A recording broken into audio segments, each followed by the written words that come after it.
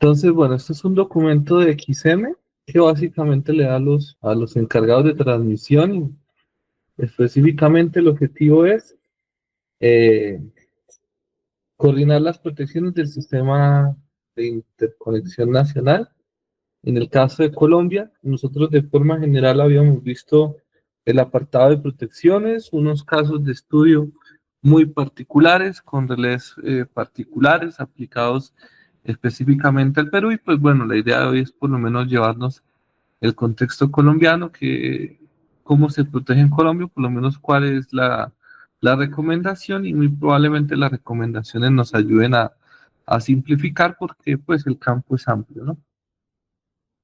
Entonces, desde ese punto de vista, bueno, ellos se centran acá en, en las normativas, que ya lo hemos abordado, y pues entonces el porqué de los lineamientos, los antecedentes, los impactos, y pues después de eso sí empieza ya con las características propias eh, para estos casos particulares, ¿no? Entonces, eh, yo creía pertinente empezar desde acá, desde protecciones de línea. Pero pues de igual forma cogemos rápidamente lo que tiene en estas primeras hojas. Y entonces fíjense en que acá está lo que les comentaba yo. Entonces presenta el manual de procedimientos para coordinar una visión sistémica y decir cómo se protege pues al final el sistema de transmisión nacional en Colombia, ¿cierto? Entonces, ¿por qué esto es importante? Entonces, en la medida en la que el sistema eléctrico avance, pues van a empezar a existir tendencias. Por ejemplo, al día de hoy, si nosotros tenemos una línea de transmisión, que ya la vamos a discutir, normalmente lo que se utiliza es una protección 21 y 21 es una protección de distancia. Y ahorita vamos a ver un poquito más de este apartado.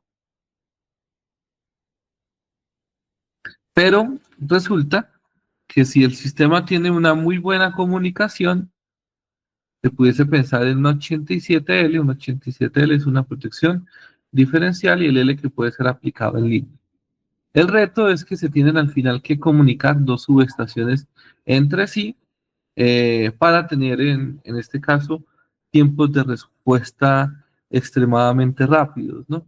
El detalle es que si la línea, entonces no estamos hablando líneas, por ahí pueden ser 500 kilómetros, pues 500 kilómetros, pues el primer detalle es la comunicación. Normalmente se requieren amplificadores en los dos sentidos, y de pronto el protocolo común de fibra óptica hay que evaluarse, ¿no? Entonces hay nuevos protocolos que llevan un tanto más de información, que al final en la fibra óptica, al final hay que decir que es un haz de luz, y en este caso, pues en dependencia de las longitudes de onda, se puede discernir la información que se envía.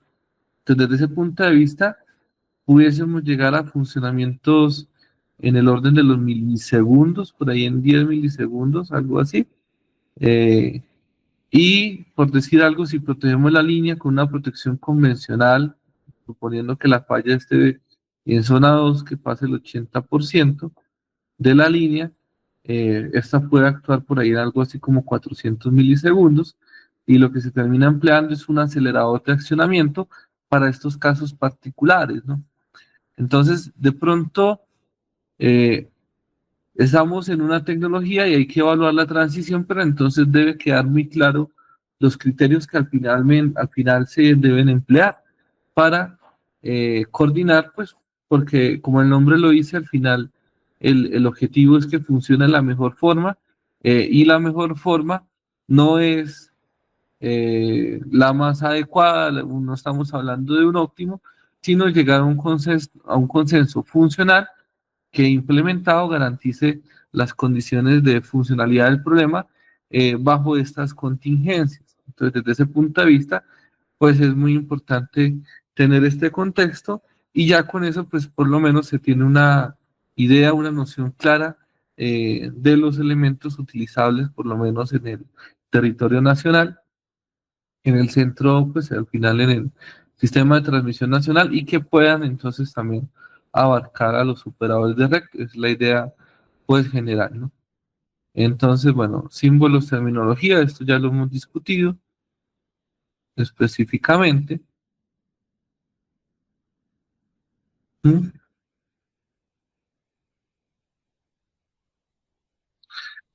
También estos términos lo hemos también discutido, la confiabilidad, lo hemos abordado, la fiabilidad, que fíjense que ellos difieren de fiabilidad y confiabilidad. Vamos a ver, me causó curiosidad. La confiabilidad expresa el atributo de un relé o un sistema de protección de operar correctamente ante situaciones en las cuales está diseñado para operar. El concepto se expresa en términos de las propiedades de dos conceptos, fiabilidad y seguridad. Entonces, fíjense que la confiabilidad la expresan al final como fiabilidad, ¿no? La fiabilidad, entonces, es el aspecto de la confiabilidad que expresa el grado de certeza de que el sistema de protección opera correctamente ante la presencia de fallas, retirando las fuentes de alimentación de la misma. Se mide como la probabilidad y entonces este es el concepto que teníamos claro, fiabilidad. Y entonces fíjense que ellos crean un concepto de confiabilidad particularmente, pero al final no estamos alejados, ¿no? Porque al final es fiabilidad, que ya hemos discutido, que era la probabilidad de que un elemento funcione bajo unas condiciones dadas por un tiempo, ¿cierto? Y la seguridad que nosotros, por lo menos en el contexto de subestaciones, la asociamos a disponibilidad, ¿no? Entonces dice, es el aspecto de la confiabilidad que se expresa el grado de certeza del que relé no opera incorrectamente ante ausencia de fallas o considera la naturaleza de la operación del sistema de potencia. Se mide como la probabilidad de que el sistema de protección no presente actuaciones en ausencia de falla. Entonces fíjense que este concepto de seguridad sí varía, por lo menos del que previamente se verificaba, es importante tenerlo en mente, porque al final ellos lo verifican como la probabilidad de que el elemento no tenga un falso accionamiento, ¿no? Porque ya están mirando la seguridad y están mirando ahora la seguridad en una protección eléctrica. La sensibilidad, este sí está claro, el campo de las protecciones se expresa como el valor mínimo de la señal que de entrada o el cambio en la señal de entrada que hace que el relé opere. Entonces, esta es la sensibilidad del sistema. Y ahorita vamos a hablar de los casos en los cuales la sensibilidad es crítica y también, inclusive, la sensibilidad es un apartado que se puede corregir. Bueno, hay alguien intentando ingresar. Listo. Tenemos entonces relé de parámetros conmutables. Consiste en la propiedad de un relé para cambiar sus ajustes, lógicas de operación ante la ocurrencia de algunas señales, eventos externos, eh, por ejemplo, cuando salen líneas de servicio o generadores importantes, el relé cambia automáticamente sus parámetros de ajuste. Entonces, es importante decir o dar ese apartado de variabilidad, e inclusive dentro de un relé lo que hay es una lógica muy semejante a las compuertas lógicas que pues expresan al final el funcionamiento, y son necesarios porque al final las respuestas más rápidas están con este tipo de tecnología, ¿no? Eh, Recordemos de forma rápida conceptos acá sí bien generales. Normalmente se tiene lo que es código secuencial. Lo secuencial es que, por decir algo, se tiene un procesador y entonces se ejecuta la primera línea de código para luego ejecutar la segunda, para luego la tercera, para luego la cuarta y así sucesivamente. Entonces, estos sistemas se caracterizan porque al final, desde la primera hasta la última línea, ha ocurrido un tiempo, ¿cierto? Hace tiempo se le llama latencia. Y entonces los sistemas digitales tienen latencia. Ahora, si nosotros tenemos, por decir algo, un sistema fundamentado en compuertas, entonces por decir algo, acá tenemos la señal uno, la señal 2, la señal 3, la señal 4, la 5 y la 6.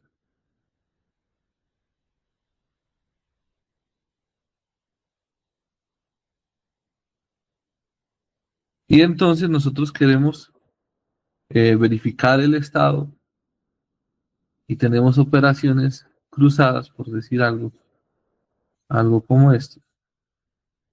Pues las tres señales pueden entrar de forma simultánea y ejecutar esto con retrasos en nanosegundos, ¿cierto? Con una latencia baja. Entonces, esto se dice que todos los elementos se procesan en serie, en paralelo. Esto es en paralelo, esto es en serie, que al final no recibe el nombre de serie, sino secuencial, y este recibe el nombre de procesamiento en paralelo. El procesamiento en paralelo es lo más rápido que existe en términos de procesamiento. Existe una tecnología que le llaman las FPGA, que son un conjunto de arreglos de este tipo, de compuertas lógicas, y los relés en términos de programación se parecen un tanto más a estos elementos, inclusive los PLCs también son más o menos de este tipo, los industriales, y entonces se tiende a tener estas características por la velocidad de funcionamiento y que bien programado pues garantizan su funcionalidad, ¿no?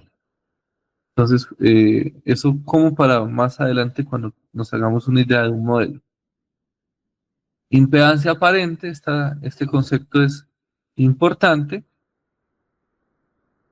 porque en los relés de operación, por ejemplo, en los direccionales, existen dos, direccional de potencia, que es la 32, y direccional de sobrecorriente, que es la 67, ¿cierto? Cuando se están mirando las opciones direccionales, eh, se tiene que lo que se mira es una impedancia aparente, es decir, desde el punto de vista de que nosotros hemos establecido la corriente con un sentido y que para nosotros la impedancia no es más que la relación fasorial voltaje-corriente. Ahora, esto es importante desde el punto de vista que si yo mido, por decir algo, en un sistema eléctrico, la impedancia en una línea de transmisión, en un sentido, y por decir algo, aguas abajo, tengo un transformador que también va a tener una impedancia. Entonces, si yo tengo una falla en un sistema eléctrico, entonces, si es en la línea, vamos a tener una direccionalidad para X y R, ¿cierto? Si lo dibujamos en cuatro cuadrantes, pues eso es igual a que R es positivo en este caso y X también. Pero si nosotros tenemos la falla en la dirección opuesta en el transformador, pues la corriente cambia de dirección y cuando la corriente cambia de dirección, en nuestros cálculos nos va a dar una resistencia negativa. Pues no es que la impedancia sea negativa, ¿no? Sino que estamos trabajando con un concepto que es la impedancia aparente. Entonces, desde nuestro punto de vista de referencia, podemos tener valores negativos. La respuesta es sí. Y esto en las funciones que tienen direccionalidad. Y entonces el signo para nosotros nos termina indicando es una dirección. Es como, por ejemplo, si yo les digo, vamos a caminar del punto cero, entonces hacia la derecha o hacia la izquierda, ¿no? Entonces, si este es el punto cero, yo tengo que discriminar cómo es derecha y cómo es izquierda. Entonces, a la derecha puedo ponerle un 1 y los de la izquierda puedo ponerle el signo negativo. Y entonces el signo no me está diciendo más que la dirección, pero al final si yo miro cuánto caminó, entonces tendría que sacar valor absoluto, ¿no? Pues eso es exactamente lo mismo que sucede en este caso. Entonces está para las funciones de direccionalidad, para que pues quede claro, no existen resistencias negativas físicamente, no por lo menos utilizables, sí teóricamente en algunos aspectos de funcionamiento, y entonces a eso hace referencia. Entonces la impedancia aparente vista por un relé está determinada por la relación entre el voltaje y la corriente medidos. Esta impedancia puede variar respecto a la impedancia real, el punto de falla, dependiendo si existen o no fuentes de corriente intermedias en puntos entre el relé y la falla. Al final es esto, es un valor medido y es operacional. Resistencia de arco es la relación entre el voltaje y la corriente en un arco eléctrico. La impedancia de un arco eléctrico es principalmente resistiva y es la función inversamente proporcional a la magnitud de la corriente. Es resistencia como tal, ¿no? Señal de bloqueo corresponde a una señal lógica que se utiliza para impedir la acción de un dispositivo, y son importantes y se utilizan bastante en protecciones, ¿no? Entonces, por ejemplo, si en un transformador existe una protección diferencial, que es 87, y normalmente en los transformadores es T. Entonces eso significa que en el transformador se ha detectado una diferencia de corrientes y puede ser un daño en un transformador. Pues normalmente se acciona una acción de bloqueo para que se verifique el transformador, el equipo, y no se energice por un recierre o por un operario que no verificó esta condición. También, por ejemplo, en un sistema, si tenemos dos fases y nos falta una tercera, el sistema automáticamente hace apertura y no permite que se cierre hasta que no aparezca la tercera fase, ¿no? Entonces, hasta que no se solucione la fase inexistente, no se puede operar nuevamente el sistema de potencia. Entonces, estos son funciones de bloqueo, pero pues que van a tener funciones adicionales, es lo que les quiero transmitir en este caso y que pueden llegar a ser relevantes porque al final van a estar muy de la mano con la seguridad de los operarios, ¿listo? Entonces, al final dice, corresponde a una señal lógica que utiliza para impedir la acción de un dispositivo. Las señales de bloqueo son empleadas generalmente en esquemas de protección coordinados de líneas de transmisión para evitar el disparo al interruptor local cuando el sistema de protección externo remoto ha determinado que la falla se encuentra fuera de la zona de protección coordinada. Esto, en este caso, le dan el enfoque de seguridad para evitar que se accionen interruptores si ya se detectó la falla específicamente en un sector. Fíjense que este es otro alcance también así bien importante. Señal permisiva corresponde a una señal analógica que es utilizada para permitir la acción de un dispositivo. Las señales permisivas son empleadas generalmente en esquemas de protección coordinados de líneas de transmisión para motivar el disparo del interruptor local cuando el sistema de protección externo remoto ha determinado que la falla se encuentra dentro de la zona protegida. Básicamente eh, permite la acción de un dispositivo porque ya se identificó la falla, se encuentra específicamente ahí, es lo opuesto a la señal de bloqueo, ¿no? Esta es importante y ahorita les hablaba un poquito de eso, que son las señales de aceleración, ¿no? Entonces corresponde a una señal lógica que es utilizada para suprimir la temporización inercial de un dispositivo. Es decir, un dispositivo puede tener un tiempo de actuación específico. Yo les hablaba, por decir algo, de una línea que funcionaba en el 80%, que entraba en zona 2 y que funcionaba en 400 milisegundos, y para la línea de transmisión de pronto puede ser mucho, ¿no? Entonces necesitamos una señal de aceleración. Y esto es propio de la inercia del dispositivo. Entonces, si ya tenemos certeza, pues si tenemos una unidad de procesamiento que nos evalúe todas estas condiciones y nos dé certeza, entonces podemos hacer que se accione un tanto más rápido este sistema, venciendo esta inercia natural que tiene, ¿no? Entonces, estas señales de aceleración son empleadas generalmente en esquemas de protección coordinados de líneas de transmisión, que es lo que les estaba explicando, en líneas de transmisión, que son las rápidas, para motivar el disparo inmediato del interruptor local cuando el sistema de protección del extremo remoto ha determinado que la falla se encuentra dentro de la zona. Entonces, acá es donde está el acelerador. Entonces, si nosotros tenemos una línea de transmisión, puede tener 21 y puede tener 21, ¿cierto? La protección principal en la subestación es este 21, pero como está, para nosotros esto es zona 1 y para nosotros esto es zona 2. En zona 2 el tiempo de respuesta es un tanto más rápido, más lento, ¿cierto? Pero visto desde la otra subestación, la falla está en zona 1. Como está en zona 1, la ha visto más rápido. Como la ha visto más rápido, entonces puede enviar la señal al acelerador y el acelerador puede enviarla directamente a esta subestación con un tiempo menor de respuesta, eh, y podemos tener acciones de disparo un tanto más rápidas, ¿no? Entonces estos aceleradores pueden existir. Bueno, falla en el interruptor, ya nosotros vimos lo que es falla. En este caso, ellos lo expresan como el fracaso de un esquema de protección. Para determinar una falla afectada por un relé de protección, se denomina falla al interruptor. Un relé de falla de interruptor puede medir la condición de flujo de corriente en el interruptor una vez ha transcurrido un periodo razonable de tiempo después de la orden de disparo de la protección principal. Entonces estamos mirando esa condición. En algunos casos, y aparece bastante en los esquemas, como 50 sí, BF. Entonces, como un tipo instantáneo asociada a las barras, sí, y creo que es BF, ahorita lo verificamos. Y tiene entonces la capacidad de verificar que si se le envió una 50, una 51, una 50 es instantánea sobre corriente, la 51 es una temporizada, pues él evalúa que eh, el relé se haya conmutado y eso lo puede hacer a través de corriente. Si no cambia el estado, es porque existe una falla en el interruptor que este no ha operado.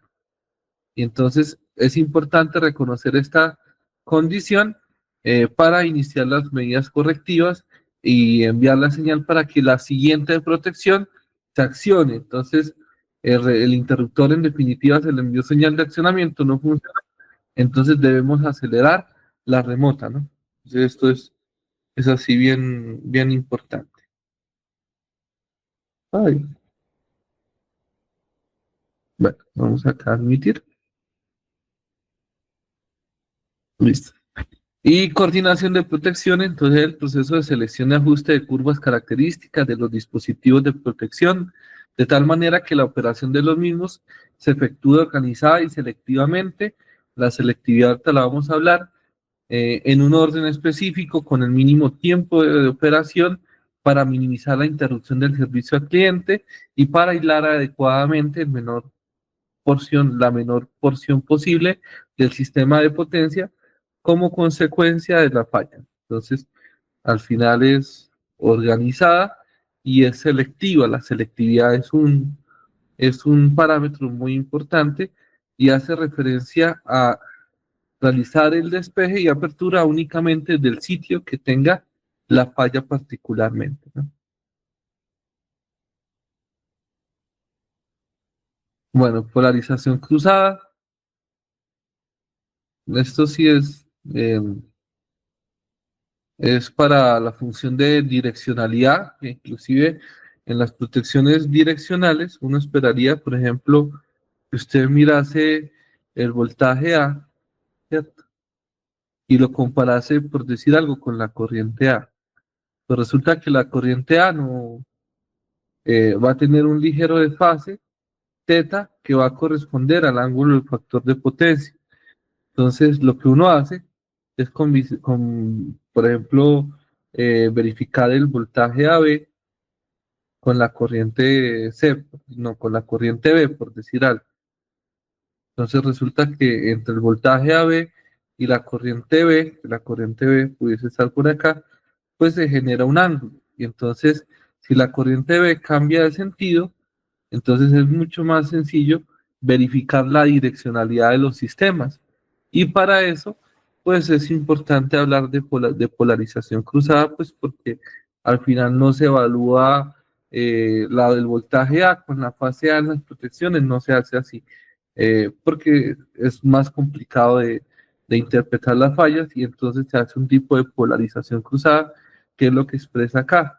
Entonces, la polarización puede ser 90 grados, puede ser 45 grados, puede ser 60 grados, y los grados dependen, en este caso, es de la conexión específica del sistema eléctrico, y cada uno de estos polarizaciones cruzadas, pues tiene una forma particular de conectarse. Es importante decir este componente. La polarización dual corresponde a la polarización de un relé usando fuentes de corriente y voltaje. Ah, bueno, este solamente era con voltajes, pero pues voltajes y corrientes es lo que normalmente se utiliza. Este es el 87, ¿no? Que ya lo hemos visto. La relé diferencial de corriente. Entonces, al final este relé tiene alta selectividad, voy incluyendo los conceptos, porque si se acciona el relé es porque la falla está en la zona que él protege y la zona que él protege es muy pequeña. Entonces puede ser un transformador, puede ser un generador. Entonces la zona es tan específica que si se acciona Una diferencial es porque ya tenemos la falla identificada en un aspecto particular, ¿no? El relé de distancia es la protección 21 y al final lo que él hace, y es bien importante decirlo, cuando se modela un sistema de transmisión, entonces los sistemas de transmisión son al final un grupo de conductores que por decir algo están en una línea de transmisión particularmente, tienen un espaciamiento entre sí, es bien importante decir esto, y el espaciamiento pues nos va a dar el valor del XL, la altura con respecto a tierra, nos va a dar el parámetro XC y al final esto es un parámetro concentrado porque la reactancia de línea de un sistema tiene, en realidad tiene tres componentes. La primera sería una reactancia propia y la segunda van a ser parámetros mutuos. Entonces, X mutuo, porque si esta es la fase A se acopla con B y la fase A se acopla con C también. Pero C se acopla con B, C se acopla con A, B se acopla con C, B se acopla con A, porque al final, y entonces acá es donde están los detalles, los campos magnéticos de B inciden en A, los campos magnéticos de A inciden en B y en C, y tenemos este aspecto así bien interesante, es decir, existe un parámetro mutuo. Entonces resulta que al final esto es la reactancia eh, de este conductor, pero pues eso sería particularmente para esta torre, ¿no? Entonces digamos el sistema está compuesto por, digamos, 30 kilómetros y 30 kilómetros. O sea, al final la longitud total del sistema de la línea, en este caso serían entonces 90 kilómetros, ¿no? Eh, y eso sería siempre y cuando pues manteniera esta condición. Ahora, ¿cuál es el detalle? Que pues no la reactancia A va a diferir de B, va a diferir de C, es decir, sería un sistema desequilibrado, ¿no? Entonces lo que se hace es, en una distancia específica, transponer la línea en estructuras que inclusive son estructuras de transposición que existen específicamente para este propósito y no hacen más que cambiar las líneas, ¿no? Entonces el orden para que al final, en este caso, tengamos una reactancia 1, una reactancia 2, una reactancia 3. La fase B puede tener X2, X1, bueno, X, qué pena con ustedes. X2, X3, X1, y si nos fijamos, al final las tres van a sumar el mismo valor, porque serían las sumatorias de estas X, ¿no? Entonces la última sería X3, X1 y X2. Entonces, y entonces los sistemas se pueden modelar como sistemas distribuidos. Entonces, un sistema distribuido ya con estas condiciones, entonces nosotros podemos mirar, por decir algo, un kilómetro del conductor y entonces determinar valores característicos en un kilómetro. Entonces, por decir algo, para una línea con un conductor particular, entonces determinamos el modelo, entonces el modelo sería una resistencia, una inductancia, las conductancias que en un principio son el efecto capacitivo y se modifican para facilitar su trabajo.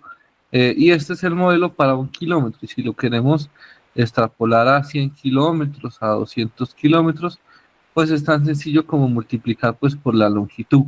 Y obtenemos un parámetro siempre y cuando se utilice este parámetro constructivo. Pero desde ese punto de vista, los relés de distancia no hacen más que verificar entonces las condiciones de impedancia, es decir, nuestra impedancia va a tener una resistencia y va a tener una reactancia, lo que nosotros en un valor eh, de impedancia lo vemos como R más JX, ¿cierto? Pero entonces, en este caso, en los relés se habla de tras expresarlos en el plano XR y el plano XR no es más que decir que la línea es una impedancia, porque tiene su parámetro reactivo que está en el eje imaginario y su componente real. Y Entonces, al final, lo que nosotros podemos cuantificar con esto, esta impedancia también se puede cuantificar con voltaje sobre corriente, y entonces eso nos va a tener un valor de impedancia característica, y eso lo podemos sintetizar en R y en X, y nos puede dar una zona de operación. Entonces, si la línea son 100 kilómetros, entonces la mitad de la impedancia serían 50 kilómetros, y así sucesivamente, y pues al final con eso podemos determinar en qué distancia ocurrió la falla. Por eso de ahí recibe pues su nombre particular, sección de distancia. Y pues puede facilitar también el trabajo. Por eso al día de hoy la protección principal en línea, ¿no? Impedancia de falla. Entonces la impedancia resistiva o reactiva entre los conductores de falla y el conductor en falla a tierra. Hay sistemas que tienen muy baja impedancia, entonces en ocasiones hay que agregar una impedancia a tierra para limitar la corriente que circula entre sí. Eh, por ejemplo, si usted tiene un generador y tiene un bajante y el sistema tiene muy baja impedancia, pues usted requiere que toda la corriente circule por el bajante y no por el generador, ¿no? Entonces agrega una resistencia limitadora en ese caso, e inclusive pueden existir protecciones como la 64 o la 59 asociadas en generadores. Pues vamos a ver ahorita más adelante cómo se hace acá. El transformador de puesta a tierra, un transformador conectado en zigzag o en estrella delta, instalado para proveer una impedancia equivalente de Thevenin de secuencia cero en el punto de instalación, de forma que el sistema aislado en tierra se tenga una corriente limitada de falla monofásica que permita detectar cuando ocurre eso. Es más o menos lo que estábamos hablando ahorita, limitadores de corriente, ¿no? Los limitadores de corriente. El transformador zigzag es bien interesante porque al final es el sistema más estable y con el neutro más seguro pues para mediciones y demás. En algunas subestaciones lo utilizan para servicios auxiliares y les ha solucionado muchos problemas. Bueno, vamos a ver cuál es IFIT. Es una fuente de corriente de cortocircuito ubicada entre el punto donde está conectado el relé y el punto de corriente de la falla, de tal forma que cuando dicha ocurre, la impedancia de falla presenta un mayor nivel de voltaje. OFIT es una corriente saliente en el intermedio de una línea no fallada. Solamente se presentan líneas multiterminales o líneas compensadas. Esto es básico. Factor de impedancia de radio, multiterminal, protección por comparación de pases, esquema de comunicación piloto. Bueno, acá hay varios conceptos, pero pues si nos quedamos en ellos no alcanzamos.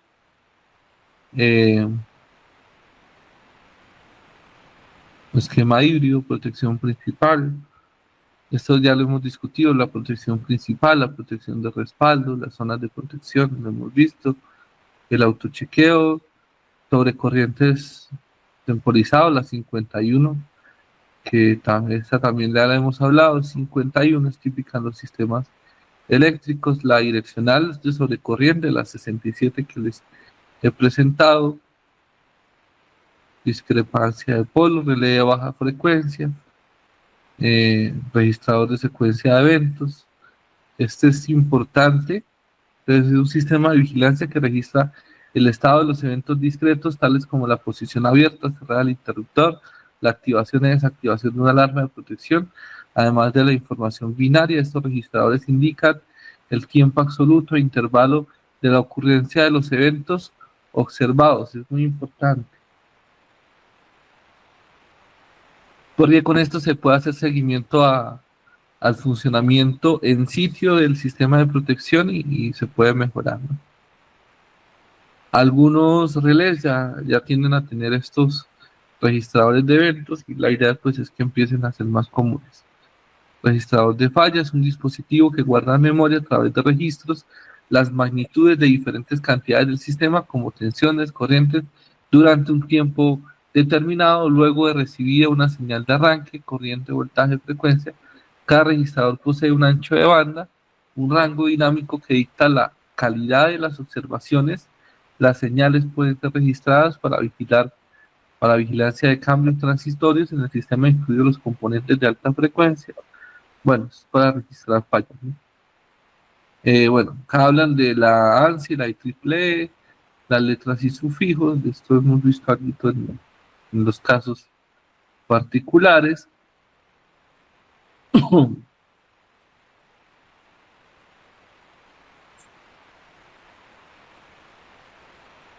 El auxiliar, bueno, esto es más hacia la ANSI, que la ANSI pues al final está y abarca bastante lo que es por lo menos la lógica de programación. Estas indican tan, en medio, aire, corriente, frecuencia o flujo, diferencial, el nivel de líquido, potencial de presión, factor de potencia, aceite, velocidad, temperatura. Bueno, esto no es más que nomenclatura. Esto sí aplica en la IEC.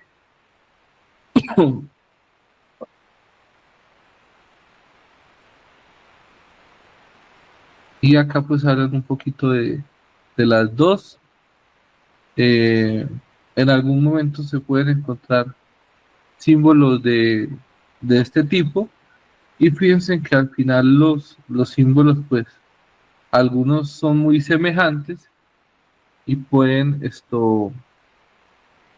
eh, prestarse para malas interpretaciones. Yo creo que la IEEE, la ANSI triple termina siendo mejor que la IEC, pero bueno, en algún momento se los pueden encontrar. Pues acá están el 32 que les decía, direccional de potencia, de baja potencia a baja corriente. Entonces acá está.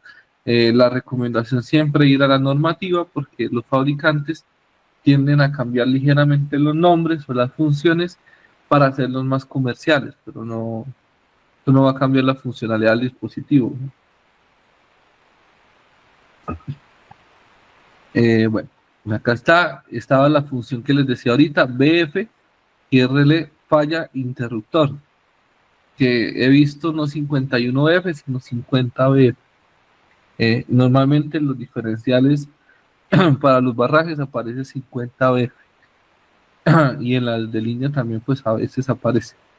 Entonces al final es falla el interruptor, es decir que se le envió la señal de accionamiento y este no ha cambiado. Entonces ahí aparece el BF y puede llegar a ser una función importante porque le está diciendo, no, esta protección ya envió el accionamiento y no se operó, aceleremos la función de respaldo.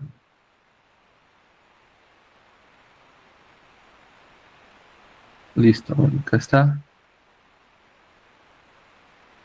Las funciones, ellos resaltan de pronto pues algunas de las más relevantes. Al final recuerden, son 99, 95 en realidad, porque de la 94 a la 99 son propias y algunas ya eran particulares en los esquemas antiguos y en la actualidad pues ya vienen implícitas, ¿no? Bueno, transformadores de corriente, eso también lo hemos abordado, los valores reales, las correcciones, la precisión, la calidad, eh, los valores secundarios. Listo,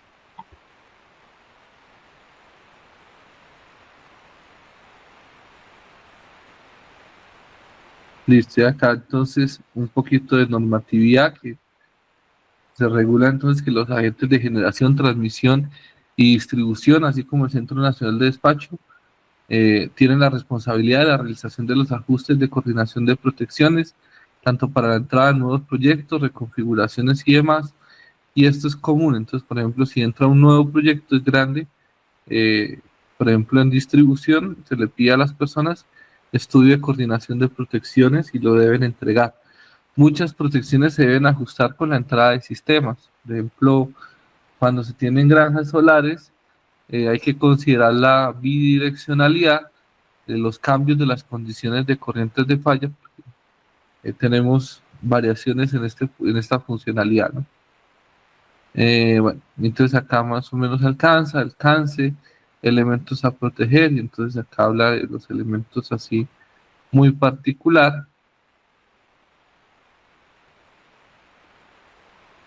Y entonces acá, bueno, generadores ubicados en las cercanías del proyecto priorizado de grandes capacidades, superiores a 20 MVA, transformadores elevadores, vallas de conexión del sistema de transmisión y distribución, redes, elementos fijos, variables, bueno, al final es bastante amplio y bueno, pues acá habla de los estudios de coordinación de protecciones. De esto también hay formatos, los operadores de red ellos normalmente tienen y varía, pero pues el estudio al final es el mismo, ¿no? Lo que cambia la presentación, etapas del proyecto, ubicación, diagrama unifilar de áreas de influencia, configuración de las subestaciones asociadas, características de los relés a intervenir, características de los transformadores de corriente y tensión, unifilar de funciones de protección, de proyecto bajo estudio, lista de parámetros eléctricos de las líneas de transformadores, líneas, transformadores, generadores utilizados para el estudio, el alcance del estudio. Entre ellos se hace el estudio de flujo de carga y cortocircuito. Entonces hay que modelar el sistema, verificar las condiciones de flujo de carga, las magnitudes de cortocircuito, porque al final nosotros, por ejemplo, con una 51 tendemos a proteger contra sobrecarga y con una 50 cortocircuito son dos condiciones así bien relevantes. Bueno, se recomienda que los análisis de flujos de carga, cortocircuitos, la determinación de los escenarios de demanda, entonces siempre se debe modelar demanda mínima, demanda máxima. Entonces esto es que por lo menos se verifiquen las 24 horas, ¿no? Inclusive en estos escenarios se tienden a guardar valores mínimos de funcionamiento y también se tienden a guardar valores máximos operacionales que pueden también ser significativos y por ejemplo, si yo voy a calcular regulación utilizo valores máximos más no medios y también utilizo este escenario de demanda máxima para regulación, ¿no?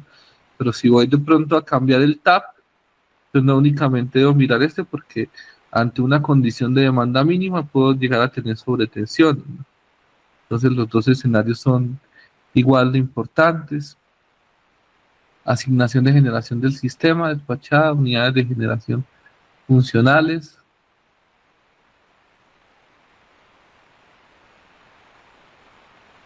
Y acá hablan de las variabilidades de los sistemas eh, y estos en términos operacionales.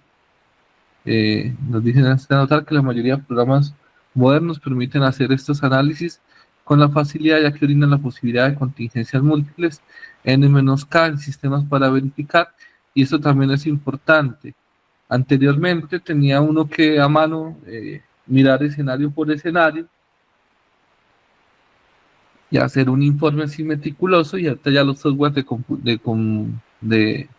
de computación, por ejemplo el Silent Power Factory le permite hacer uno un análisis de fiabilidad del sistema y entonces evalúa las contingencias y le entrega un informe decente y pues por lo menos uno con eso identifica las funciones así más relevantes y de pronto hace una verificación y puede no solo antes solamente era contingencias n-1, es decir, que un elemento fallara, ahora se pueden hacer análisis n-k, es decir, n-2, n-3, dos elementos que fallen, tres elementos, sea redundante, pero pues al final,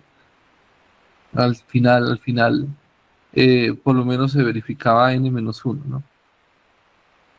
Bueno, acá eso lo explica, se ubica el snag en el nodo, determina los escenarios de cortocircuito, en mínima demanda, máxima demanda, y entonces se analiza la generación cercana en el área de estudio, modificando el comportamiento de los flujos por el del cortocircuito, de tal manera que se pueda afectar el desempeño de las protecciones. También se analiza el comportamiento de los flujos cuando se presenta la contingencia, y esto aparece bastante, N-1 todavía es pues por lo menos a nivel nacional, pero uno puede ser más conservador si ya está utilizando un software, ¿no? Evaluación del ajuste de coordinación de protección. En este punto ya se encuentran los escenarios de flujo de carga, cortocircuito, entre los cuales se evalúa el desempeño, los criterios de ajuste de protección,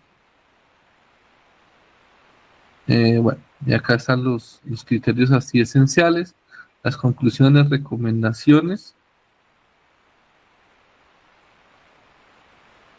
las recomendaciones generales, y entonces inician con la protección de líneas de transmisión. Vamos a ver qué. Y entonces, bueno, más o menos ellos esperan el mismo apartado, entonces definen confiabilidad y definen fiabilidad y seguridad en términos de la confiabilidad. Y entonces vamos a ver si seguridad sigue siendo lo mismo que decían ahorita.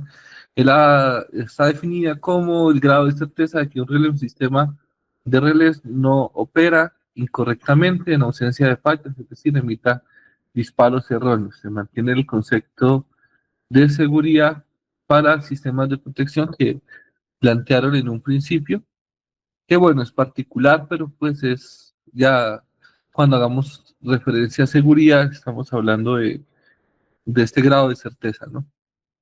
Bueno, acá hablan un poco del vistazo general, y esto es bastante importante porque al final hay un componente que solamente se ha mencionado en términos lingüísticos, que es selectividad, y de la coordinación sí se ha visto algo, ¿cierto? Bien, entonces, la selectividad de un sistema de protección consiste en que cuando ocurre una falla, ésta sea despejada por los relés adyacentes, evitando la salida de otros circuitos o porciones del sistema no fallados. Yo lo simplificaría a que funcionen las protecciones principales. Básicamente esa sería la definición más sencilla.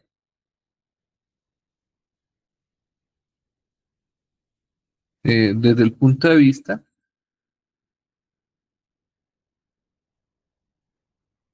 ellos lo dejan así bien, bien general. Entonces, por decir algo, si nosotros tenemos un transformador, el transformador obviamente tiene interruptores relacionados.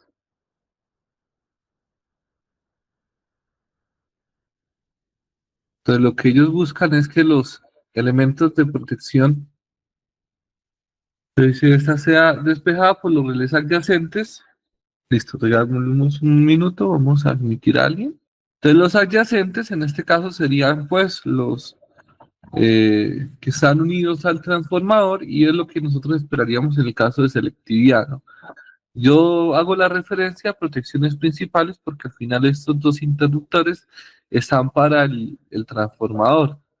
Entonces, por ejemplo, si tenemos un barraje, en este caso, este interruptor puede compartir esa función de protección también para el barraje. Entonces, los adyacentes pueden ser un número superior de, de interruptores.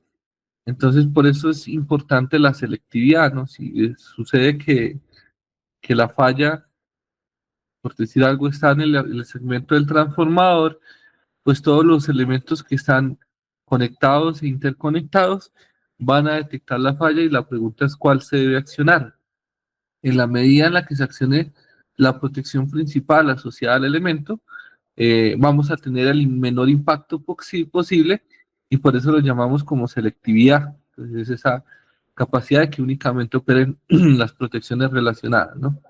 Y la coordinación se refiere al proceso de ajuste de los relés, de tal forma que para coordinación de fallas actúen inicialmente las protecciones principales, que es lo que estamos diciendo, o sistémicas, aislando el elemento fallado o la porción del sistema que tiene problemas, eh, y que se encuentre con protecciones de respaldo en caso de que la protección principal no pueda cumplir sus cometidos. Entonces, al final la coordinación sería básicamente eso. Entonces, primero opera la protección principal, y si no opera después de un tiempo en una subestación, esto es un tramo extenso, entonces podemos tener otro elemento asociado que puede funcionar como respaldo. Recordemos que está el respaldo local, por ejemplo, un interruptor dentro de la misma subestación es el respaldo local, y podemos tener respaldo remoto, y respaldo remoto serían otra subestación. En este caso, la idea es que por lo mínimo tengamos esta función de respaldo local coordinada en tiempos, y que no debemos acudir a un respaldo remoto, ¿no? pero hay funciones y fallas así bien particulares que hay que acudir a un respaldo remoto. No, y también es importante decir, no es exclusivo entre subestaciones, hay protecciones, eso depende de la injerencia al que se protege. En el caso de línea, recordemos nosotros, para aislar una falla, pues básicamente debemos realizar apertura en dos subestaciones diferentes, eh, por las características de la zona de protección, y entonces esa sería la zona principal. Las adyacentes, la idea es que se operen estas dos en donde está identificada la falla, pero pues obviamente no es tan sencillo cuando tenemos un sistema interconectado, y aparte de ello, eh, tiempos de operación, o sea, tiempos de falla extremadamente rápidos, con los cuales las corrientes aumentan en microsegundos, y debemos tomar una decisión a más tardar en milisegundos. Entonces, eso es importante y por eso pues ahí el detalle de la coordinación, porque yo no puedo quedar esperando el accionamiento, porque los conductores tienen algo que se llaman curvas de capacidad, y básicamente es la capacidad de corriente que pueden soportar durante un tiempo específico. Es decir, entre mayor sea la corriente, menor tiempo van a poder circular esta corriente, que puede ser una corriente de falla y puede ser que en un delta de T, en un tiempo específico, pues el dispositivo, el conductor se rompa, ¿cierto? Entonces, por lo tanto, nuestra protección, si tiene esta función temporizada, debería actuar antes de llegar a esa condición de fallo. Entonces, por eso nos referimos al término coordinación, porque al final es, eh, en primera instancia esta protección, en segunda instancia, en tercera, el tiempo, de una con respecto a la otra, y eso es lo que nosotros llamamos pues coordinación, ¿no? Entonces nos dice, cada protección principal de equipo debe tener un área delimitada de operación, de acuerdo con la cual las protecciones se clasifican en protecciones coordinadas o relativamente selectivas. Son aquellas que por sí solas no delimitan la zona que están protegiendo. Por ejemplo, la protección de distancia, la cual tiene varias zonas de protección. La primera, generalmente de operación instantánea, y protege el porcentaje relativo de la línea de transmisión, y las zonas que protegen toda la línea y parte de las líneas adyacentes y operan de forma temporizada. Entonces, esto es una protecciones relativamente selectivas. Ya hablamos nosotros de la selectividad y les decía yo que, por decir algo, estos diferenciales que les expresaba en un principio, el 87, son los más selectivos porque sí o sí operan si la falla está en el transformador, ¿cierto? Pero en líneas de transmisión lo que dicen ellos es que si tenemos una 21, que es distancia, entonces nosotros vamos a medir impedancia, que ya hablamos un poquito de la condición de impedancia, y al final vamos a tener un alcance de protección directa delimitado por un porcentaje, normalmente es el 80%, vamos a ver ahorita cuánto es en Colombia, y esto queda con un tiempo instantáneo y es selectivo, pero puede pasar a proteger toda la línea, e inclusive si tiene una línea adyacente, entonces esto puede ser zona 2, inclusive zona 2 puede llegar hasta el 10% de la siguiente línea, zona 2, y puede tener una zona 3, e inclusive puede tener una zona de reversa, una zona 4. Entonces ya es una protección que no es altamente selectiva, sino que es relativamente selectiva, porque va a actuar bajo otras condiciones, que no son propiamente las de ella, ¿no? Porque la línea adyacente no es una condición de protección de este interruptor, y la línea anterior tampoco es parte de la protección o función principal de este sistema, ¿no? Protecciones unitarias o absolutamente selectivas, y entonces estas son las que definíamos, que efectivamente delimitan clara la protección, que serían entonces las diferenciales, entonces ponen 87T, 87 para el transformador, 87 de línea, 87 para el generador, 87 para barras. eh, y acá la discusión entonces es que bajo ese principio entonces quedaríamos con un sistema que sería el generador con su protección diferencial, el transformador adyacente con su protección diferencial, que se conecta a un barraje, que acá también está el barraje con su protección diferencial, que se conecta entonces a unas líneas con su protección diferencial, eh, y de pronto ese sea el futuro, ¿no? Altamente selectivos, más sencillos, pero que al día de hoy es complejo porque siempre vamos a depender de las fronteras de los interruptores. Entonces, si tenemos un interruptor, bueno, de los medidores de corriente y la falla ocurre adyacente o cercano al interruptor de corriente, pues nosotros estamos protegiendo el transformador y otro dirá, pero es que yo estoy protegiendo el barraje y el otro dirá, pero yo estoy protegiendo la línea y el otro dirá, pero yo estoy protegiendo el generador. La falla no está en el generador, ni en el transformador, ni en el barraje, ni en la línea. Está en un punto de interconexión. Entonces se puede llegar a tener ese problema de que si las zonas no tienen esta relativa, eh, ¿cómo le llamamos? Que se solapen las protecciones o que tengan una zona relativa un tanto más extensa, pues de pronto hay condiciones de falla que no van a estar definidas y bueno, eso es un apartado así bien importante. Nos interesa y en las líneas de transmisión es muy importante la velocidad o tiempo de despeje de fallas. Entonces los requerimientos de velocidad deben determinarse muy cuidadosamente, teniendo en cuenta que si la protección es muy lenta, el sistema puede desestabilizarse y los equipos pueden sufrir daños adicionales.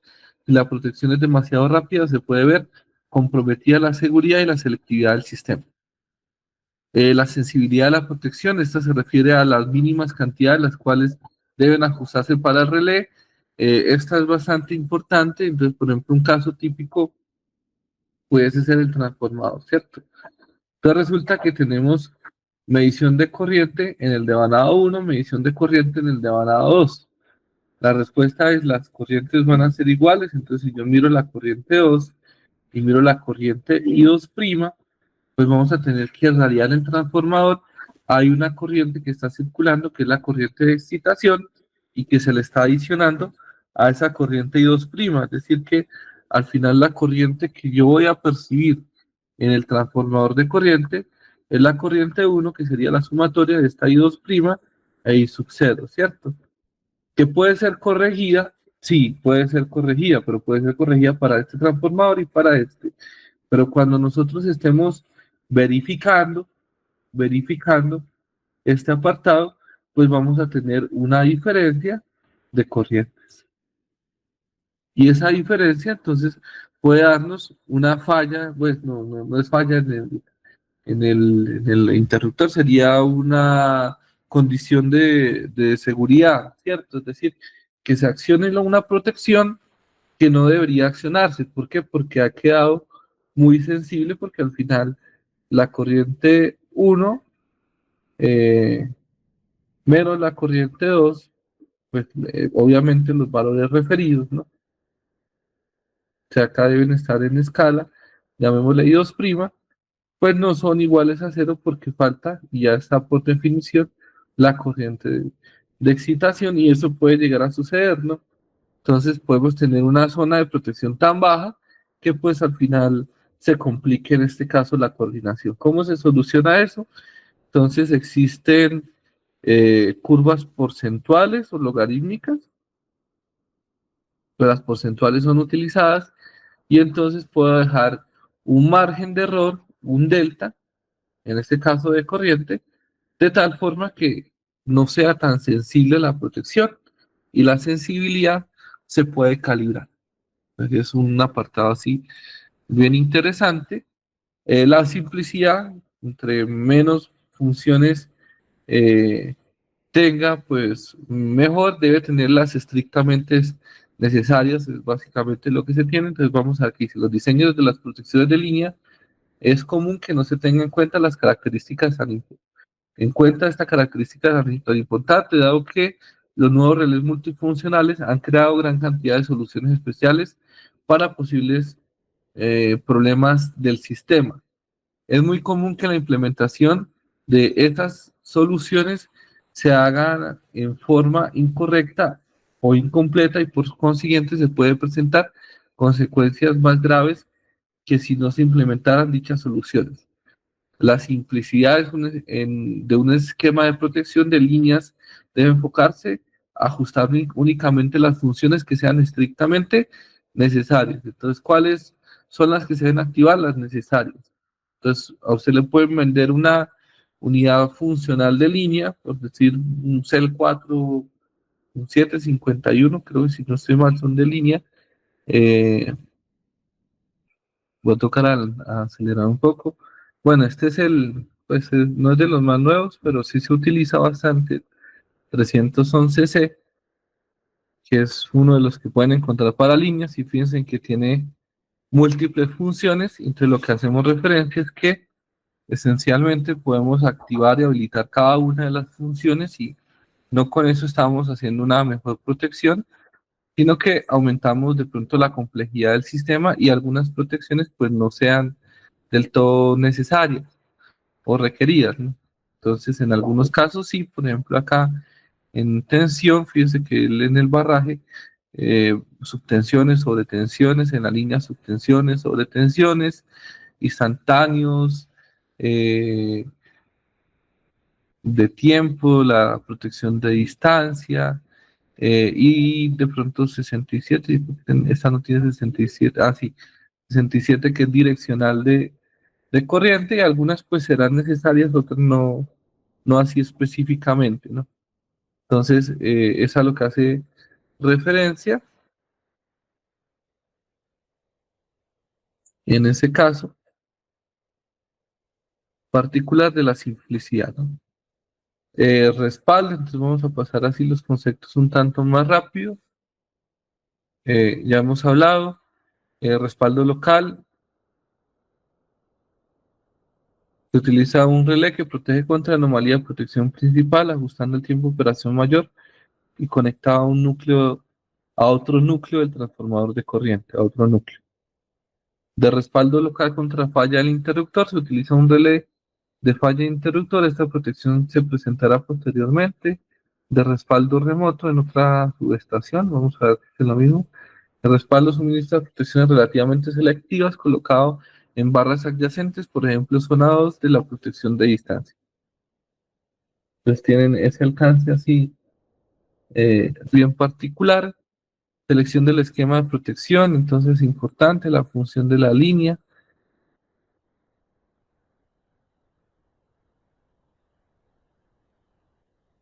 Bueno, acá esto es así bien general. En Colombia el código R que establece todas las líneas de 220 o superiores son importantes, razón por la cual se recomienda doble protección principal o redundancia. Acá ya aparece entonces un criterio. Entonces, por lo menos en Colombia, si nosotros tenemos, por decir algo, una salida de una línea de transmisión, entonces, en ese caso, pues, por decir algo, tuviésemos un relé de línea, llamamos el relé 1 de línea, y pudiésemos tener otro relé, pues la idea es que sea de una marca diferente, que también sea de línea y tenga las mismas funciones, eh, y esto sería una redundancia, ¿no? La idea es que sean de marcas diferentes para que cada uno proporcione, eh,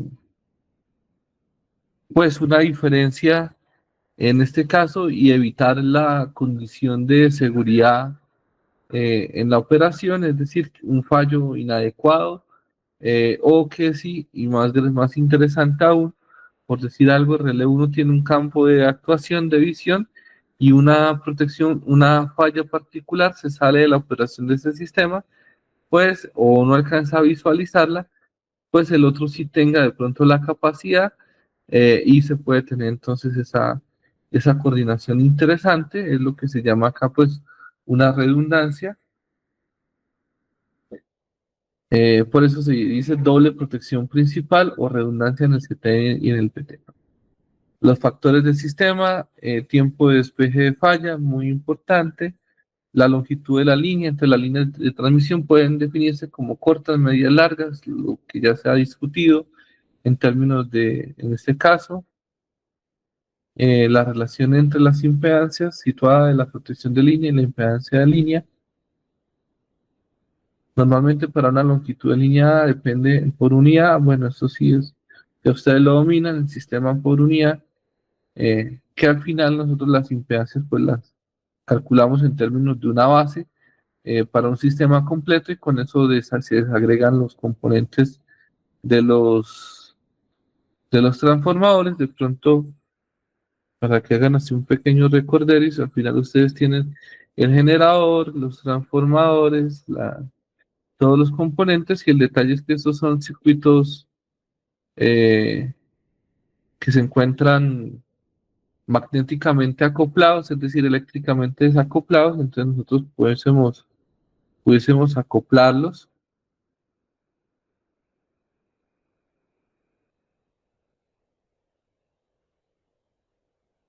¿Y cómo existen diferencias entre el voltaje 1, el voltaje 2, el voltaje 3, el voltaje 3 en este caso también, el voltaje 4? Pues por eso necesitamos una potencia base, una impedancia base, un voltaje base, una corriente base y podemos todo llevarlo en términos en por unidad y tener entonces un sistema desacoplado y en el cual no tenemos que transformar valores, sino que posterior a que se realice un cálculo, se sabe que, por decir algo, la corriente de cortocircuito está en por unidad y no es más que desagregarla y eso sería igual a multiplicarla por la corriente base en ese caso. Y con eso se puede solucionar todo ese componente. Normalmente todo siempre queda expresado en por unidad. Las líneas deben clasificarse como corta, media, larga, según, no solamente según la longitud, de acuerdo con la anterior, según la norma IEEE de línea, las líneas se clasifican así: cortas líneas, un mayor o igual a 4, medias entre 0,5 y 4, y largas, y entonces acá aparece un criterio, ¿cierto? Pero ya no es por longitud, sino por el valor de la impedancia de la protección de línea y la impedancia de la línea. Entonces, básicamente la impedancia adyacente y la nueva impedancia. Y en función de esas relaciones, eh, pues pueden presentarse eh, y clasificarse como línea corta, media, larga, sin necesidad pues de pasar, mirar la longitud, ¿no? Pues acá tienen un ejemplo así bien sencillo. Considere que una línea de 500 kilovoltios con una reactancia de secuencia positiva de 0,332 ohmios por kilómetro, la cual corresponde a, entonces acá está el valor de reactancia por unidad por kilómetro, acá está la base de potencia, dice si la impedancia de la fuente detrás del relé es, y entonces actúa con un nivel de falla de 10 megavoltampers, se tendría la siguiente clasificación de la línea. Entonces acá está más o menos. Y fíjense que en términos de las impedancias pueden cambiar, ¿no? Que línea corta creo que era hasta 20, 30 kilómetros, si no estoy mal teóricamente, y entonces en este caso, por la relación de las impedancias se cambia en este caso y el valor entonces puede ser variable, ¿no? Entonces acá se habla de la importancia de categorizar las líneas, porque en función de las líneas, pues vamos a tener entonces protecciones así bien particulares. Entonces, los esquemas de protección que más se recomiendan para este tipo de líneas compensadas son la comparación de fases y comparación direccional utilizando PLC o microondas. Tamaño de la fuente de alimentación, configuración de la línea, las comunicaciones.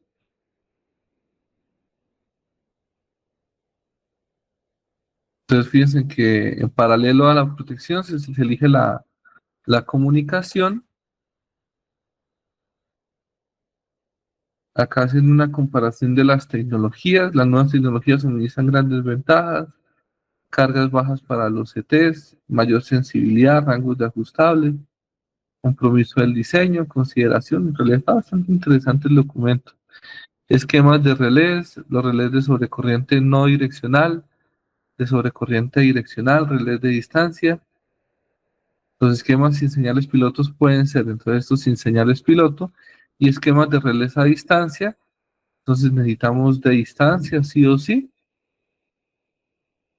Sí. Entonces lo que les decía, describir el plano RX, en este caso particular, esos relés se ajustan de acuerdo con las impedancias de secuencia cero y secuencia positiva de la línea de transmisión. La impedancia medida durante la operación normal es la relación entre el voltaje en el extremo terminal y el flujo de corriente en la línea, el valor usualmente alto, predominante resistivo. Sin embargo, durante las fallas, el valor es bajo con alto contenido reactivo. Acá está el- la diferencia.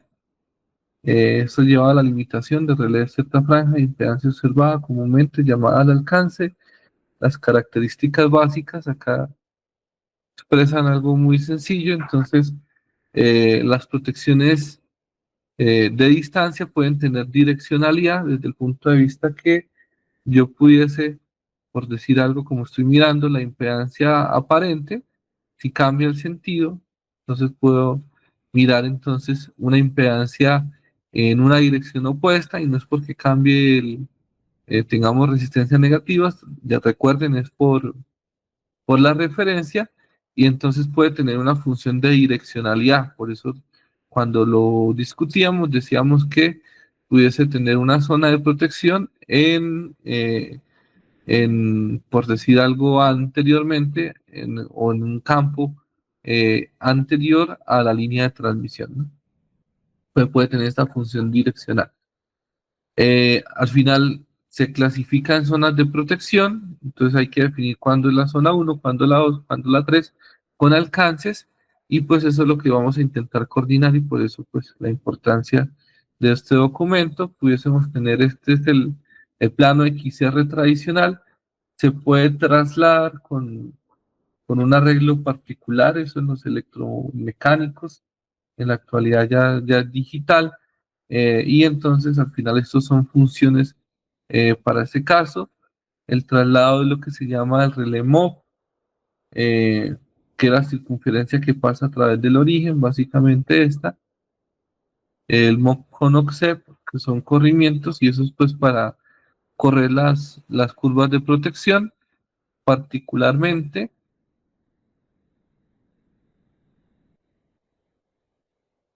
la 4E.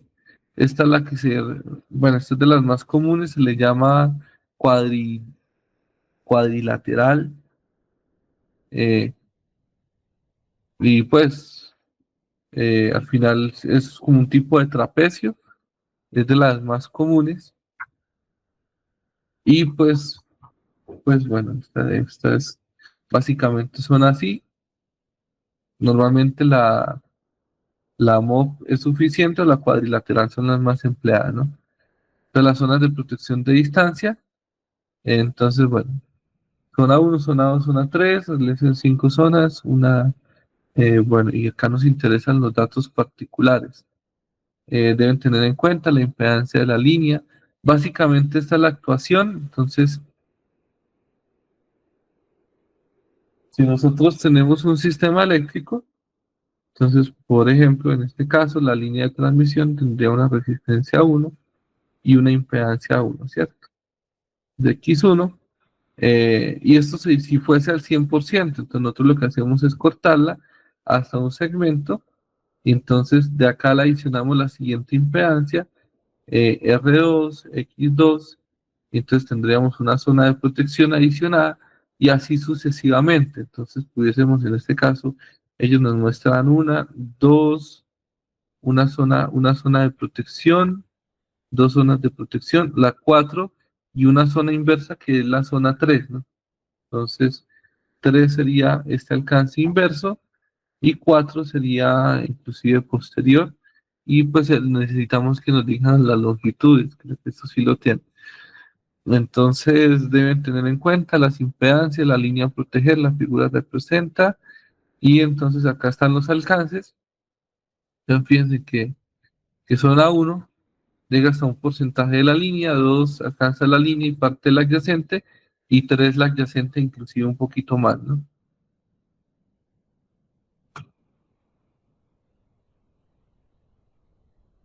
Esta es la barrera inversa en otro apartado, y entonces acá nos dice la zona 1, la primera zona de protección de distancia, normalmente, y entonces fíjense, la zona 1 normalmente se ajusta entre un 80 y un 90% de la impedancia del línea, para evitar operaciones innecesarias cuando se presente una falla más allá de la barrera remota, el efecto, y acá está pues el criterio de ajuste. El criterio de ajuste es la zona 1, la impedancia de línea. Recuerden, se trabaja con la de secuencia positiva y secuencia cero. Se calculan las dos, la más baja es la que se utiliza, y se multiplica por un porcentaje K, y este es el valor de impedancia que se va a agregar.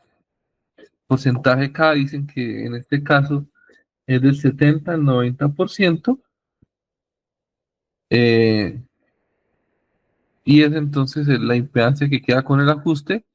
Y entonces ellos dicen acá que como criterio se recomienda el 80%, el 85% de la impedancia de línea, y para líneas cortas el 70%. Entonces esto ya lo que lo hace particular, y la idea es que la zona 1 quede con un tiempo de 0 milisegundos, es decir, el mínimo posible, con un funcionamiento instantáneo, ¿no?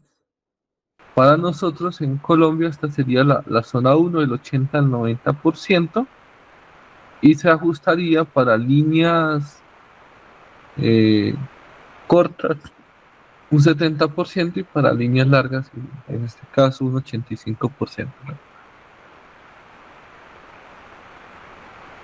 El ajuste de la zona 2 entonces, ya tendría entonces un alcance, entonces dice como mínimo de ajuste el 120%.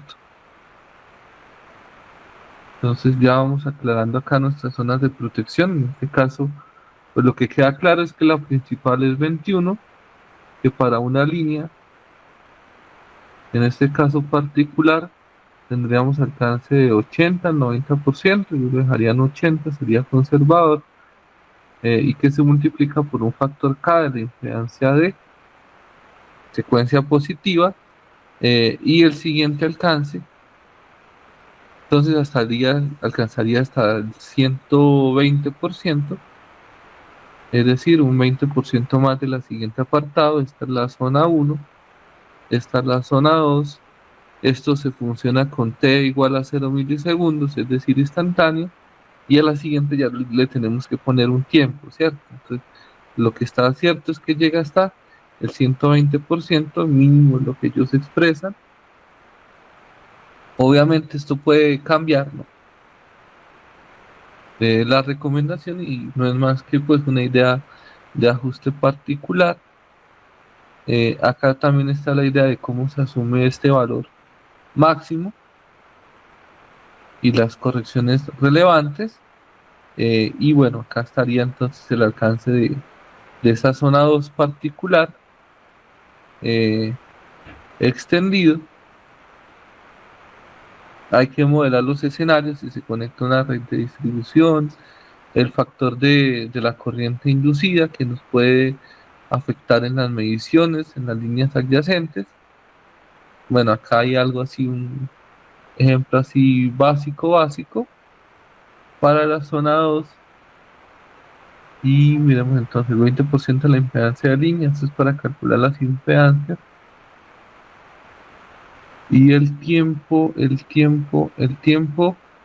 150 a 250 milisegundos. Entonces, 150 milisegundos, 250 milisegundos. La zona 3 en este caso es zona de reversa. Y zona de reversa Entonces sería la anterior. Por eso decíamos que era una protección semiselectiva. Tendría una zona 3 anterior y alcanzaría hasta un 20% de la zona anterior. Y el tiempo de accionamiento, vamos a verlo, de 1200 a 1500 milisegundos.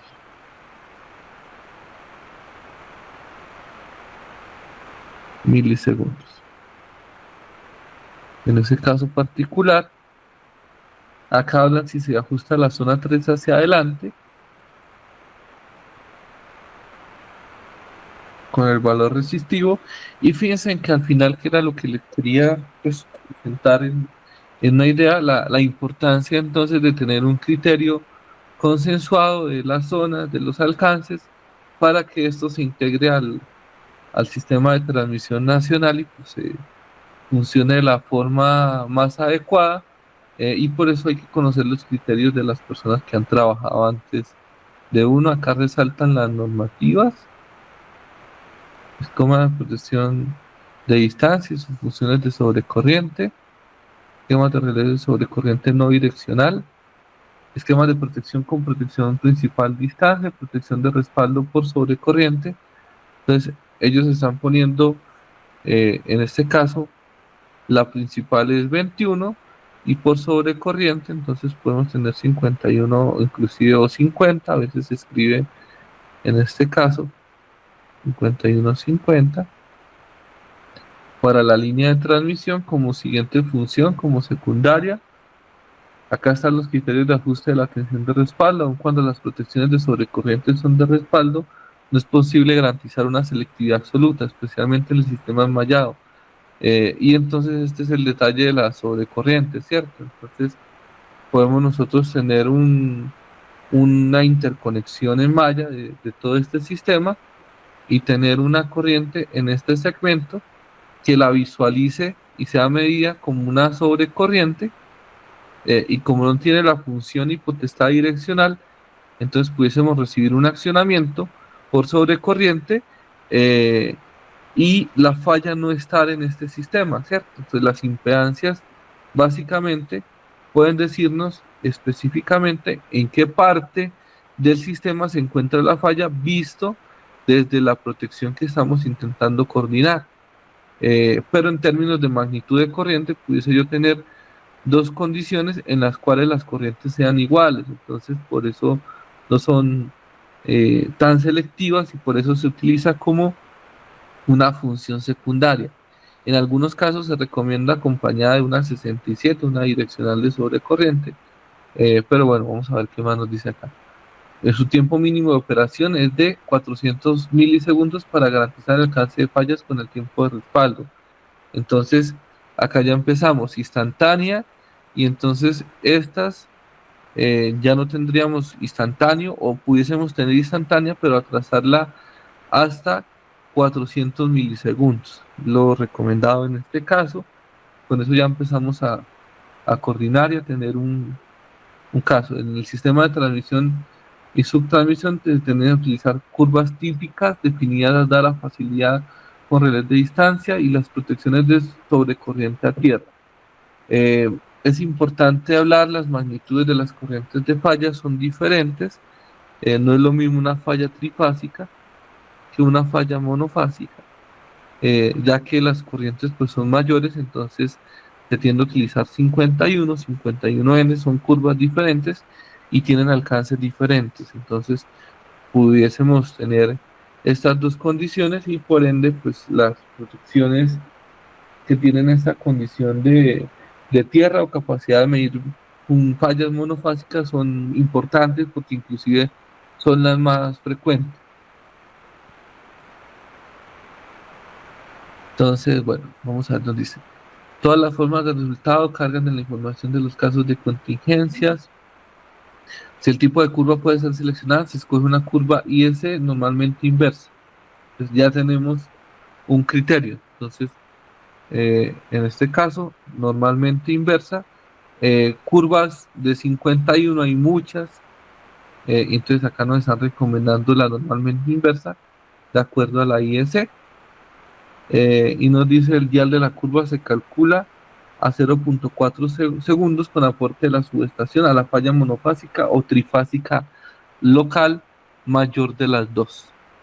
Entonces ya tenemos también un tipo de curva específica y un tiempo de operación de 0.4 segundos. Con eso se calcula el dial, y el dial no es más que en este caso una traslación en la curva específicamente. Es decir, nosotros tomamos esa curva y la trasladamos, es decir, la movemos un valor, eh, y ese valor nos va a dar pues un delta de tiempo de respaldo. Y entonces para una protección específica se ha corrido, y ese valor es el dial para nosotros, y se calcula a partir de un tiempo específico y una corriente de falla. Entonces necesitamos verificar en la corriente de falla para este tiempo cómo se debe trasladar la curva normalmente inversa de la IEC para hacerlas coincidir. Y entonces en la protección yo tengo físicamente lo que le voy a variar es el dial. Entonces le voy a cambiar ese parámetro particular y ya con eso garantizo la coordinación. Y eso es otro criterio, esta es otra parte criterial que es muy importante. Por eso la idea del contexto que les comentaba. El elemento a tierra se recomienda ajustarlo con una corriente residual. Y bueno, los esquemas de protección para líneas de subtransmisión se protegen solamente con relés de sobrecorriente. Entonces, subtransmisión.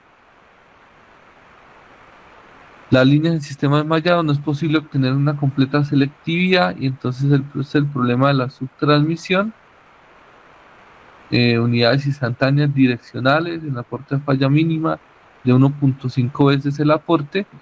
Entonces, esto sería, por lo menos ellos esto lo miran en transmisión, bien interesante, y están expresando en este caso un criterio que para su transmisión, entonces solamente 50-51, y para poder darle selectividad, entonces tienen una 67, que sería las direccionales como función adicional. El problema es la selectividad, es decir, poder aislar solamente la zona, instantáneas direccionales. El aporte de la falla monofásica o trifásica es mayor a 1.5 veces en la falla del extremo remoto. Entonces ya hay un criterio de 1.5 veces ese aporte a la falla para realizar la coordinación. Listo. El valor de arranque de la etapa, entonces al final los relés tienen algo que se llama, en este caso, la corriente de arranque, y es de sobrecorriente, entonces se calcula con el 80%, si no estoy mal. El valor de arranque, la instantánea, 1.3 veces el aporte subtransitorio asimétrico a la falla monofásica o trifásica, la mayor de las dos. Entonces acá ya hay un criterio. Esa corriente de arranque es 1.5 veces este valor, la corriente subtransitoria. Y entonces, fíjense en lo que empieza a hacer los criterios. En el extremo remoto no es direccional, la unidad instantánea siempre aporta al subtransitorio asimétrico la falla monofásica sea menor al 80% del ajuste y sea 6 veces la máxima. Entonces ya tenemos un alcance en el criterio.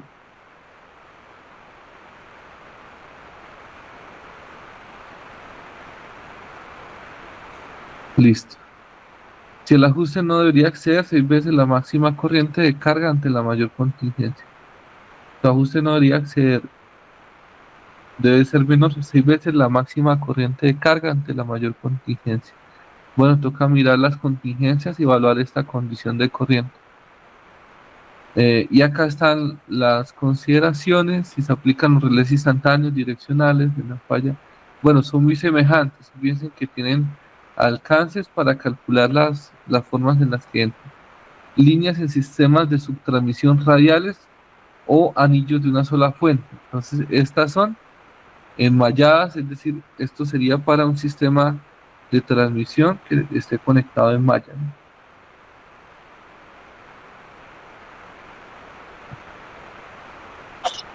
Bueno, entonces, radiales son anillos de una sola fuente, con los mismos criterios se busca la selectividad en cascada, y entonces las radiales son las más sencillas de, de coordinar. Entonces ellos hablan de un factor de coordinación entre 150 y 250 eh, milisegundos para las máximas fallas remotas.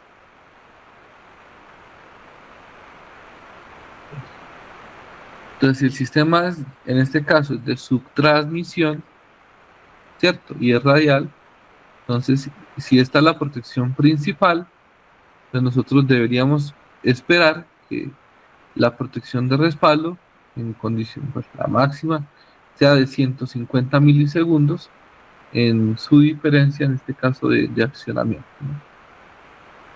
Y eso, pues, es así bien interesante de coordinar, pero pues al final son los sistemas más sencillos de coordinar. Recordemos, esto es subtransmisión remota, ¿no? Radial, o sea, subtransmisión radial. Y son los mínimos, equipos requeridos para el ajuste de protecciones de sobrecorriente. Pues acá hablan un poco, verificación de los ajustes, esquemas de redes de sobrecorriente direccionales. El código de redes en Colombia exige las protecciones de línea sean respaldadas por protecciones de sobrecorriente direccional de fase a tierra. Los esquemas constan de 4 elementos de sobrecorriente de tiempo, uno para cada fase, uno para cada corriente residual. Las unidades instantáneas y sobrecorriente se usan en relés direccionales, son idénticas y operan con las unidades instantáneas y de sobrecorriente de tiempo usadas en relés direccionales son idénticas en operación y diseño a las usadas en sobrecorriente no direccionales. Entonces deben tener el mismo criterio, es una redundancia, pero con la función direccional. Con lo cual los relés de sobrecorriente direccional solo responden a fallas en una sola dirección. La direccionalidad viene dada por una entrada que puede ser, bueno, esto está de más, esquemas pilotos o completamente selectivos, los diferenciales de corriente, las comparaciones de fase, la protección direccional de onda viajera. Bueno, acá está el componente de los pilotos, esquema de comparación de fases.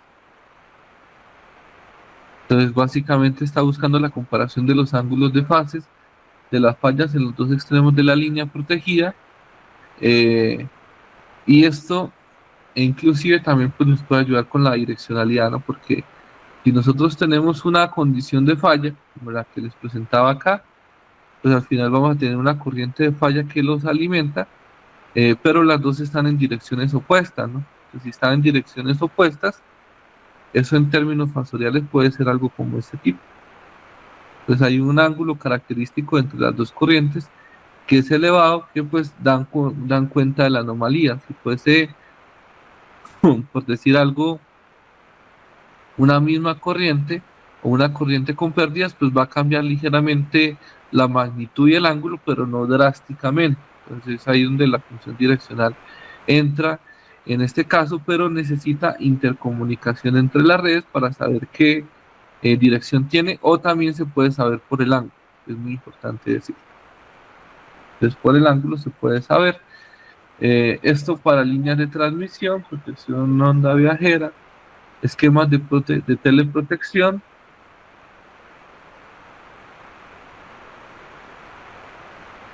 Vamos a ver, los esquemas de protección se utilizan como ejemplo las protecciones de línea para acelerar un disparo cuando hay fallas dentro de la línea. Los esquemas de teleprotección pueden ser permisivos o de bloqueo. Estos esquemas se explican a continuación con base en las definiciones a la norma del estándar. Entonces acá está el estándar que pues ya previamente vimos, inclusive era la versión actualizada. El disparo directo transferido de su alcance. Bueno, acá están las funciones y pues las definiciones así a grandes rasgos.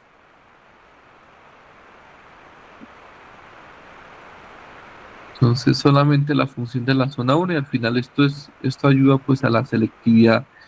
En ese caso que pues hablábamos previamente. Entonces bueno, este es un ejemplo de esta función de UTT. Entonces, fíjense que implicaría en este caso la interconexión en términos de comunicación de la línea, ¿cierto? Entonces requerimos el primer medidor de corriente, llamémosle el TC1, que vemos acá,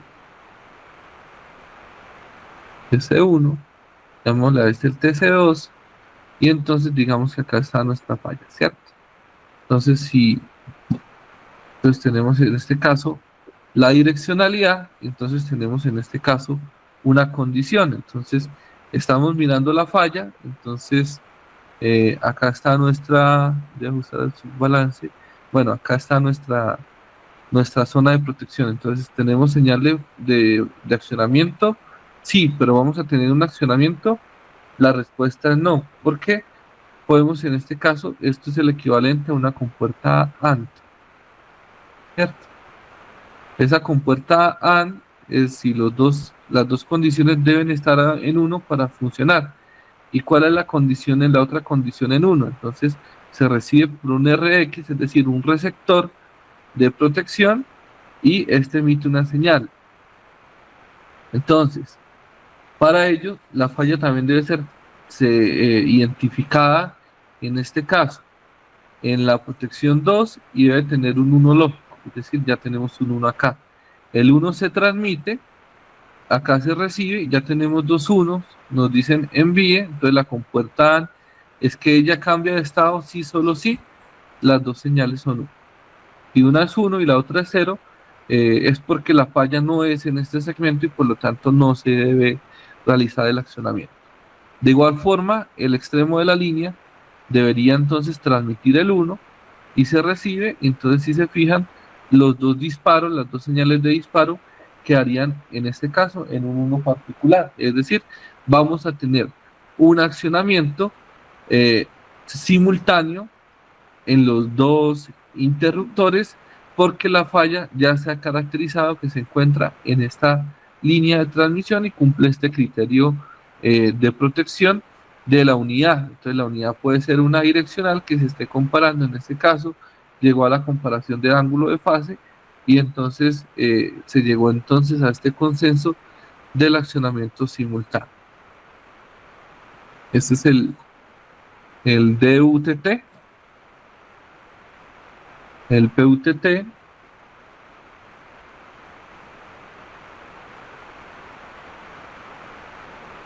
Entonces ya tenemos una condición principal, que sería la zona 1, y tenemos entonces un respaldo identificado,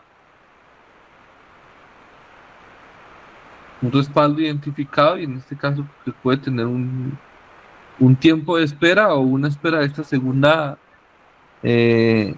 condición que acá le llaman de sobrealcance, particularmente, y así pues podemos seguir avanzando. Al final estos son protocolos y les digo que pues en un principio les decía que se parecía bastante a las compuertas lógicas por los tiempos de funcionamiento. Este es el esquema de aceleración de zona, lo habíamos explicado previamente, y entonces es como una función de disparo con un medio de comunicación que sea rápido, pues podemos accionar un disparo particularmente debido pues a las condiciones de alcance, y esto pues se alcanza a apreciar, por ejemplo en la línea de transmisión, la zona 2, si se hacía una falla en el 90%, estábamos hablando de 150 milisegundos de accionamiento, de pronto sea mucho. Entonces, con una función de aceleración, el DUTT, el PUTT, creo que esto se llama PUTT, el DUTT, exactamente, nos puede ayudar en ese caso, una aceleración en el disparo. Y bueno, entonces acá están las descripciones, las condiciones de bloqueo. Entonces, las condiciones de bloqueo, que es básicamente cuando se identifica que la zona de protección no está, en este caso en el apartado que se ha identificado, que la falla no está en la línea, entonces podemos tener un disparo por sobrecorriente, pero la función de bloqueo impediría en este caso que se realice dicho disparo por cuanto la falla no se encuentra acá. Bueno, y así pudiésemos seguir avanzando, por lo menos en lo que corresponde a líneas de transmisión.